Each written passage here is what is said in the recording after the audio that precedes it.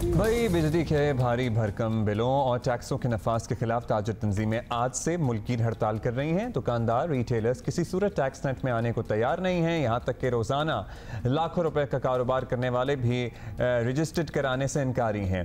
इसे हड़तरमी कहा जा सकता है, बदकिस्मती भी कहा जा सकता है अपनी कौम की, और बदकिस्मती से बाज़ अपोजिशन जमातें भी अपने सियासी मफादात के लिए ताजरों और दुकानदारों की हड़ताल की हिमायत कर रही हैं। हालांकि ये जमातें समझती हैं कि टैक्स नेट में इजाफा मुल्क की मईशत की लाइफ लाइन है। ऐसा करना बज़ाहिर टैक्स चोरी कल्चर की हौसला अफजाई है। JUIF जमात इस्लामी के रहनुमा वाज़े तौर पर ताजरों के साथ खड़े हो गए। हड़ताल कर रहे हैं, ताजर अगर हड़ताल कर रहे हैं तो उसको तो हमने अव्वल दिन से सपोर्ट किया हुआ है। ताजिर दोस्त के नाम से ताजिर दुश्मन स्कीमें हुकूमत मुतारिफ करवा रही है, जालिमाना टैक्स का निज़ाम लगा रही है। टैक्स देने पर किसी को एतराज़ नहीं है और जो मुनासिब टैक्स है वो लगना चाहिए, लेकिन इस तरह की स्कीमें जो मार्केटों को आइडेंटिफाई करें, किसी को 60,000, किसी को 40,000, किसी को 30,000 माहाना, चाहे उसका कारोबार जैसा भी हो, अदायगी करनी पड़े तो ये टैक्स तो कबूल नहीं किया जाएगा। लिहाजा हमारी ये तहरीक हक तो अवाम को तहरीक आगे बढ़ रही है और 28 अगस्त को बरोज़ बुध तारीखी हड़ताल होगी पूरे मुल्क में इंशाअल्लाह ताला।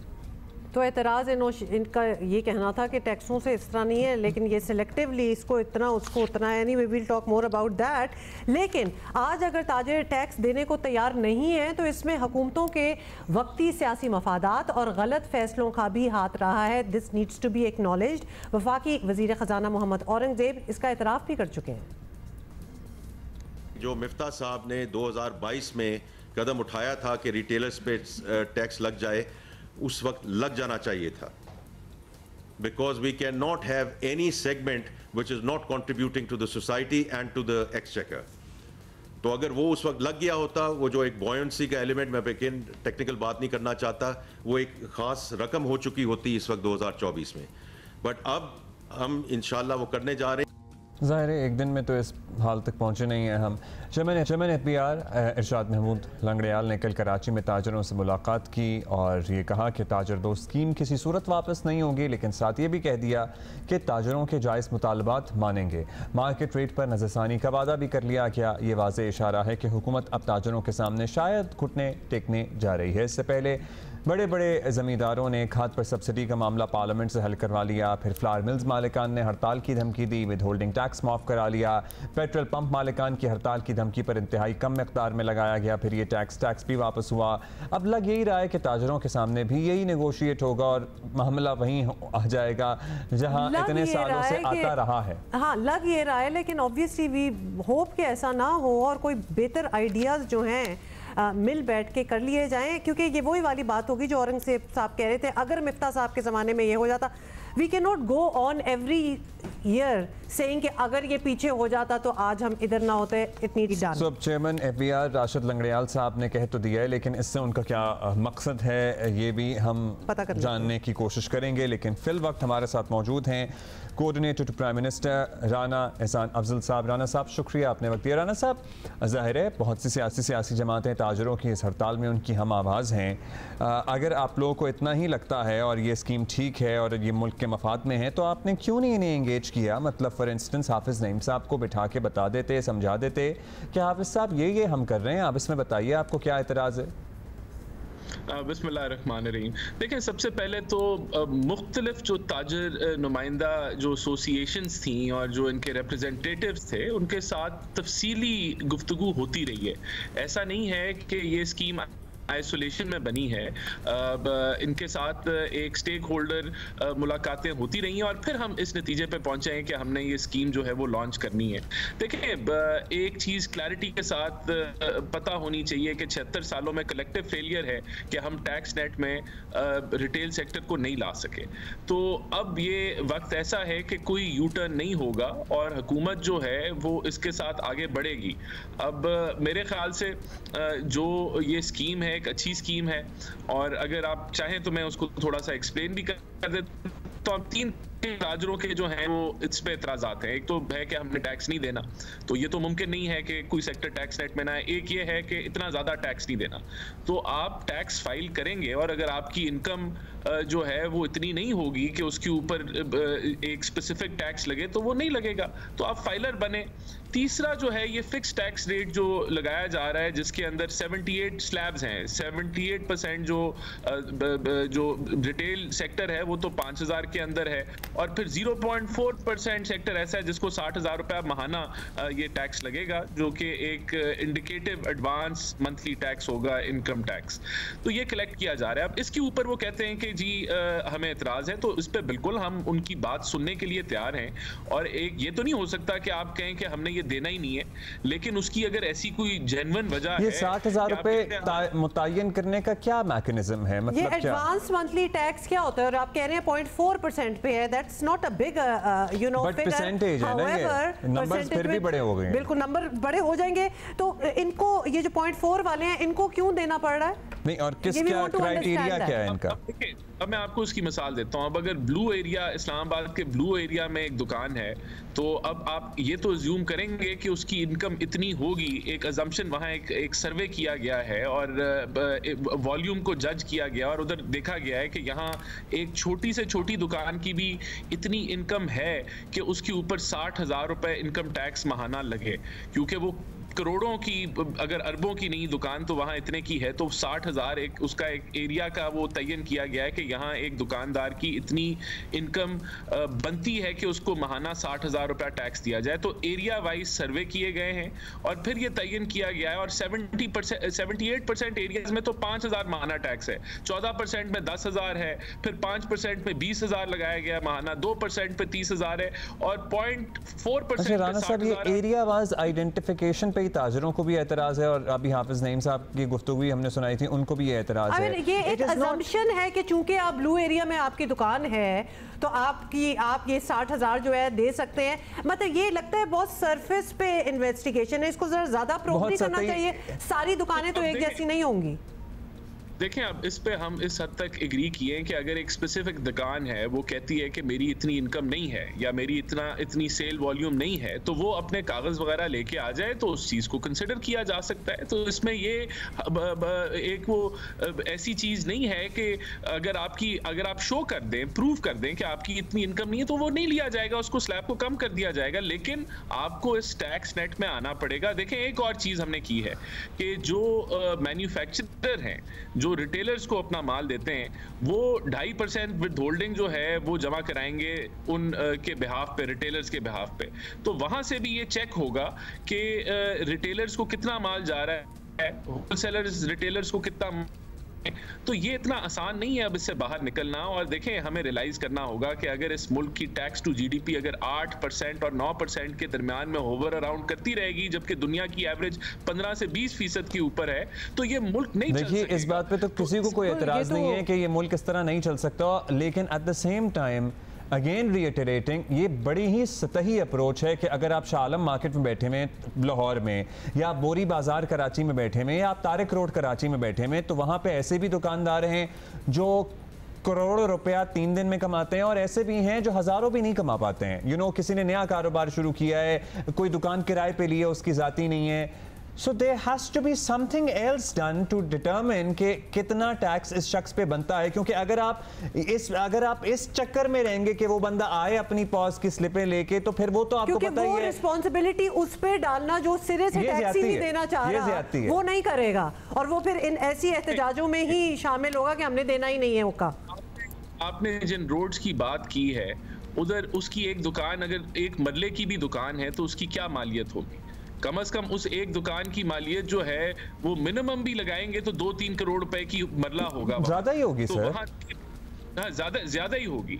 तो देखें, ये एक बेसिक मिनिमम, अगर सैलरीड क्लास जो है वो 10 लाख रुपए अगर महाना कोई कमा रहा है, वो उसके ऊपर 30,000 या 40,000 टैक्स दे सकता है महाना। तो वो ये जो करोड़ों की मालियत के ऊपर बैठे हुए हैं, एक आपकी एक पूरा सर्वे किया गया है। सर, दुकान की मालियत पे फिर आप प्रॉपर्टी टैक्स लगाएंगे ना। आप दुकान की मालियत से, हो सकता है किराए पे हो वो दुकान, वो किराए पे हो, बाज लोगों को इनहेरिटेंस में मिलती होती है, उनका कारोबार इतना नहीं होता कि वो 10 लाख रुपए प्रॉफिट लेके जा रहे हो घर। ये this also is a reality. देखिए, अगर आप अपनी इनकम फाइल करते हैं और उस इनकम में आपकी इनकम इतनी नहीं है जितना ये टैक्स लगा है, तो वो आपको रिफंड हो जाएगा। तो ये तो आपको साबित करना होगा ना। देखें, अगर आप अपनी इनकम फाइल करना शुरू कर दें और उसमें आपकी नहीं है, अगर आप कागज ये ले आते हैं, आप दिखा देते हैं, तो अब ये दो तरीके से चेक हो गया ना। एक तो अब आपका जो मैन्युफैक्चरर है वो विदहोल्डिंग टैक्स आपका काट रहा है, तो हमें ये पता चलेगा। बेसिकली राणा साहब, सॉरी कटिंग यू ऑफ, क्योंकि और भी बड़े सवाल हैं। बेसिकली आप कह रहे हैं फाइलर तो बने, उसके बाद हम देख लेंगे कि किसका कितना बनता है एंड ऑल दैट, लेकिन ये सारी कहां होता है सर? आपको पता है कितना टीडीएस प्रोसेस है? वो भी ये भी लोगों को इस चीज का इतराक है। लेकिन ये जरूर बताएं, अब सियासी पार्टियों का मिल जाना, ये तो लगता है कि आपका पूरा कैंपेन जो है ये इसी में ही शायद ठप हो जाए, क्योंकि सियासी पार्टीज अब इन्वॉल्व हो गई हैं। उसके बाद हमें पर्सनली खौफ ये है कि आपने कहीं ना कहीं तो ये टैक्स डालना ही होगा, फिर एंड में आके मलबा सैलरी क्लास पे आएगा। ये देखें, एक तो हम अपील करते हैं सबसे कि ये एक कौमी फरीज़ा है और इसको सियासत की नज़र नहीं होना चाहिए। हुकूमत हर लिहाज से ओपन माइंडेड है। अगर उनके पास कोई बेहतर हमने तो मैकेनिज्म बता दिया कि अगर कोई कहता है मैंने 60,000 इंडिकेटिव टैक्स नहीं देना, इनकम टैक्स मंथली, तो वो अगर शवायद दे दे और उसका हम मैकेनिज्म बना सकते हैं, तो इस चीज़ के ऊपर बातचीत हो सकती है। लेकिन अगर ये चीज़ें आप सियासत की नज़र, जिस तरह हमेशा होता रहा है, और यही एक फेलियर रहा है पाकिस्तान का कि टैक्स कलेक्शन हमारी इतनी लो है, तो हम इसके बिल्कुल प्रेशर में नहीं आएंगे। गवर्नमेंट स्टैंड लेगी, अवाम को भी स्टैंड लेना चाहिए, सैलरीड क्लास को भी स्टैंड लेना चाहिए, सबको लेना चाहिए कि जिसकी जो जिम्मेदारी है वो उसको अदा करे। और अगर देखें कोई यहाँ आपको लगता है कि कोई चीज हम बिल्कुल गलत कर रहे हैं, हम दोबारा बैठ सकते हैं, लेकिन ये चीज रुकने वाली नहीं है। It will not stop. हमें इस मुल्क के अंदर टैक्स जो कह ले रिस्पॉन्सिबिलिटी है हर एक की, उसको हमें इंश्योर करना है कि वो करें। ये नहीं हो सकता कि सैलरी क्लास और एक मखसूस तबका उसके ऊपर बोझ। देखिए, एक तो आज स्ट्राइक है, आपको पता है मुल्कगीर एक स्ट्राइक है। दूसरा, इन द पास्ट हमने देखा है पॉलिटिकल प्रेशर में आके सारे टैक्सेस जो हैं ताजरों के खासतौर पे वो विड्रॉ किए गए हैं। तो we will not take names, लेकिन ये पूरी चीजें एस्टैब्लिश्ड हैं।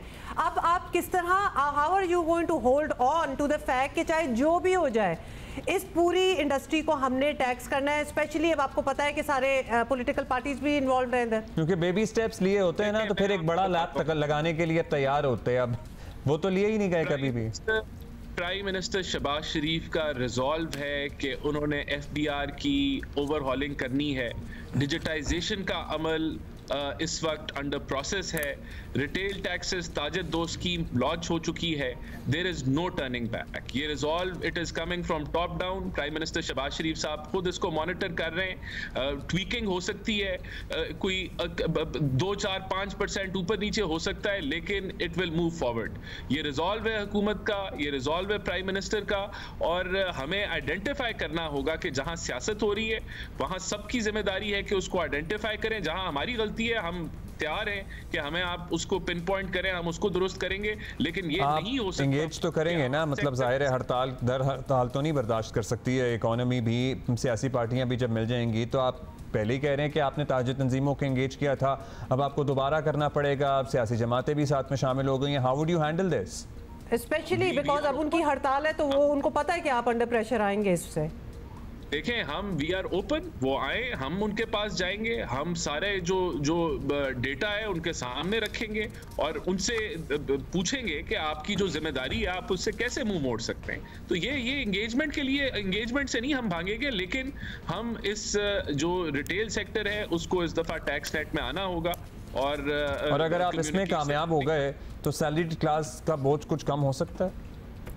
देखिए, बिल्कुल यही आज अगर हमारे टैक्स रेट उस इंतहा पे चले गए हैं जो they are close to European countries, तो वो तभी कम होगा ना कि अगर हमारा जहां टैक्स इवेजन है, जहां हमारी टैक्स बेस नहीं बढ़ रही, अगर हम उसके अंदर कामयाब हो जाते हैं, तो फिर यही स्टेप होगा कि फिर आप टैक्स रेट्स में कमी करना शुरू कर देंगे और तब आप एक बेहतर जो टैक्स कलेक्शन है उसकी तरफ बढ़ेंगे, प्रोग्रेसिव टैक्सेशन की तरफ बढ़ेंगे। और ये जो रिग्रेसिव रजीम जिसमें पाकिस्तान पाकिस्तान फंस गया है, जहां सेल टैक्स जो है वो एक 18% पे आ चुका है, उसकी कमी भी फिर मुमकिन होगी। लेकिन this is I think got it Rana साहब, got your point. Thank you so much for being with us और हम आपको कहेंगे बेस्ट ऑफ लक जो आप करने जा रहे हैं। डेफिनेटली एवरीबडी जो लायबल है उसको टैक्स देना चाहिए पाकिस्तान में।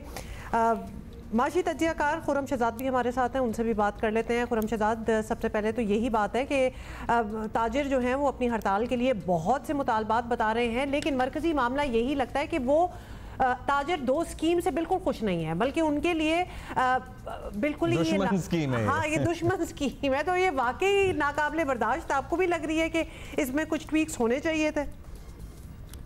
3-4 सेक्टर हम हमेशा बात करते हैं, आपको पता है उसमें रियल स्टेट है, उसमें रिटेल सेक्टर है, उसमें एग्रीकल्चर सेक्टर है। तो वो सारे सेक्टर्स हैं जिनका कंट्रीब्यूशन जीडीपी में रिलेटिवली काफी ज्यादा है, जबकि बर्डन जो टैक्सेस का हो मैन्युफैक्चरिंग पे काफी ज्यादा है। मिसाल के तौर पे अगर रिटेल सेक्टर की खाली बात कर लें आप, तो तकरीबन 18-19% का इसका शेयर है पूरी इकोनॉमी के साइज में। यानी कि इकोनॉमी अगर एक साल की 375 अरब डॉलर उसका साइज है, तो जो रिटेल सेक्टर सिर्फ है वो 70 अरब डॉलर के करीब कंट्रीब्यूट करता है तकरीबन। और उसके ऊपर जो आप देखें कि कितने हमारे पास पोटेंशियल कितना है, रिटेलर्स कितने हैं, तो 3.5 मिलियन 35 लाख रिटेलर है हमारे पास, जिसके अंदर 41,000 जो है वो सेल्स टैक्स फाइल करते हैं और तकरीबन कोई 4 लाख ऐसे हैं जो कि टैक्स फाइल करते हैं ओवरऑल। और इनकम टैक्स जो फाइल करते हैं वो आई थिंक रफली अराउंड 1.5 लाख है। और जो आपके यहाँ रजिस्टर्ड हैं इस हिसाब से, तो वो भी आप नंबर इसमें आप देखें कितना कम नंबर है रिलेटिव टू 35 लाख। तो मेरे ख्याल में इसमें टैक्स जो है सबको देना है। और ये 2 स्कीम जो है ये कोई इतनी बुरी तो नहीं है, लेकिन मेरे ख्याल में टोटल टैक्स का बर्डन कम हो, लेकिन टैक्सेस सबको देने। और उसमें रिटेल सेक्टर बहुत बड़ा सेगमेंट है जिसका कंट्रीब्यूशन इतना नहीं जितना उनका साइज है। अच्छा, साल से खुरम साहब हम देख रहे हैं कि ताजिर टैक्स नेट तो छोड़ें, किसी भी तरह की डॉक्यूमेंटेशन में आने के लिए तैयार नहीं होते। कोशिशें की जाएं तो हड़ताल करते हैं। क्या किया इस मरतबा? ज़ाहिर है हड़ताल फिर हो रही है, हड़तालें होने दी जाएंगी और हुकूमत अपने फैसले पर आपको लगता है कायम रहेगी? देखिए, मेरे ख्याल में गवर्नमेंट को जो है ना पहले तो सोल्यूशन मेरे ख्याल में एमिकेबल सोल्यूशन होना चाहिए, बैठ के बात होनी चाहिए डेफिनेटली, और सबका पॉइंट ऑफ व्यू जो है सुनना चाहिए। लेकिन देखिए इवेंचुअली क्या है, इवेंचुअली अगर आप एक सेक्टर बहुत बड़ा अगर वो टैक्स से बाहर रहेगा और वो अपनी बात सिर्फ इसलिए बनवाएगा कि जी वो मार्केट्स बंद हो जाएंगी और उसका इम्पैक्ट होगा और गवर्नमेंट अपने रेट जो है वो नहीं जो है इम्प्लीमेंट कर सकती, तो फिर तो देखें स्टेट का फेलियर ही होता है ना कि आप अपने उस हिस्से से टैक्स नहीं ले रहे हैं जिसको देना चाहिए और उसी को बर्डन करते जा रहे हैं जिसको टैक्स रिलेटिवली नहीं देना। यानी कि फॉर्मल सेक्टर, जो आपका फॉर्मल सेक्टर है, चाहे वो कॉर्पोरेट्स हैं, इंडस्ट्रीज हैं, इंडिविजुअल्स हैं, सैलरीड है, नॉन सैलरीड क्लास है, इन सब पे बर्डन बढ़ता जा रहा है और यही हमें ठीक करना है। देखिए, यही इक्वेशन हमें बैलेंस करनी है कि सबका हिस्सा होना चाहिए टैक्स के अंदर। जो जितनी अर्न करता है वो अपना एक फेयर शेयर जो है वो स्टेट को दे, ताकि स्टेट उसको फिर इंफ्रास्ट्रक्चर और दूसरी मुराद जो है वो दे सके और अपने आप को भी ठीक कर सके। ऑलराइट, खुरम शहजाद, बहुत बहुत शुक्रिया। प्रॉब्लम ये है कि हम इन द पास्ट अगर रेकॉर्ड देखा जाए तो ये ताजिर जो हैं ये अपनी बात मनवा ही लेते हैं और उसके बाद एक गैप आ जाता है टैक्स कलेक्शन में, and then no points for guessing वो गैप कौन फिल करता है।